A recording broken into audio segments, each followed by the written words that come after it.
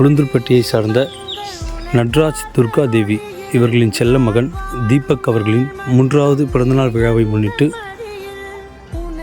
வெள்ளையூர் அரசு மறுவாழ்வு இல்லத்தில் வசிக்கும் ஏழை எளிய மக்களுக்கு மதிய உணவாக சிக்கன் பிரியாணி வழங்கியுள்ளனர். மனிதம் காப்போம் அறக்கட்டளையின் சார்பாக அக்குழந்தைக்கு பிறந்தநாள் வாழ்த்துக்களையும் உணவு வழங்கிய அக்குடும்பத்தினருக்கு நெஞ்சார்ந்த நன்றிகளையும் பாராட்டுகளையும் மனிதம் காப்போம் அறக்கட்டளையின் சார்பாக தெரிவித்துக் கொள்கிறோம். நன்றி.